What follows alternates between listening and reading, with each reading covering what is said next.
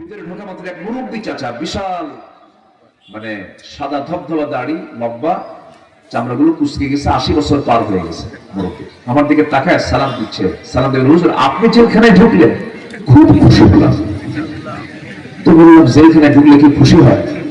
তো বলতেছে হুজুর আপনার ওয়াজ শুনতে যাই, সামনে বসি, এত চেষ্টা করছে আপনার সঙ্গে মুসাফা করার জন্য, কত মাহফিলে গেছি, আমার জোটে নাই, পারি নাই, আজকে কত সুন্দর সামনে ধরা দিয়ে হুজুর, দোয়া করে আপনি জেলখানায় থাকেন। কথা কি বুঝতেছেন আপনারা? আমি মুরব্বীকে বললাম চাচা আপনি জেলখানায় কেন? বাবা বোমা হামলা, বোমা হামলা মানে আমার নামে বোমার মামলা দিছে।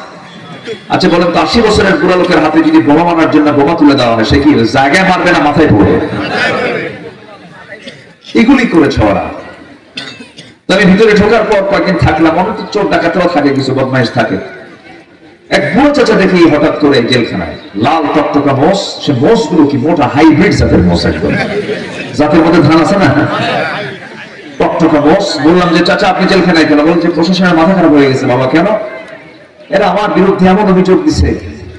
কি মামলা? কে বাবা? বেহেশতের গাছ, কি গাঁজা? কিসের গাছ?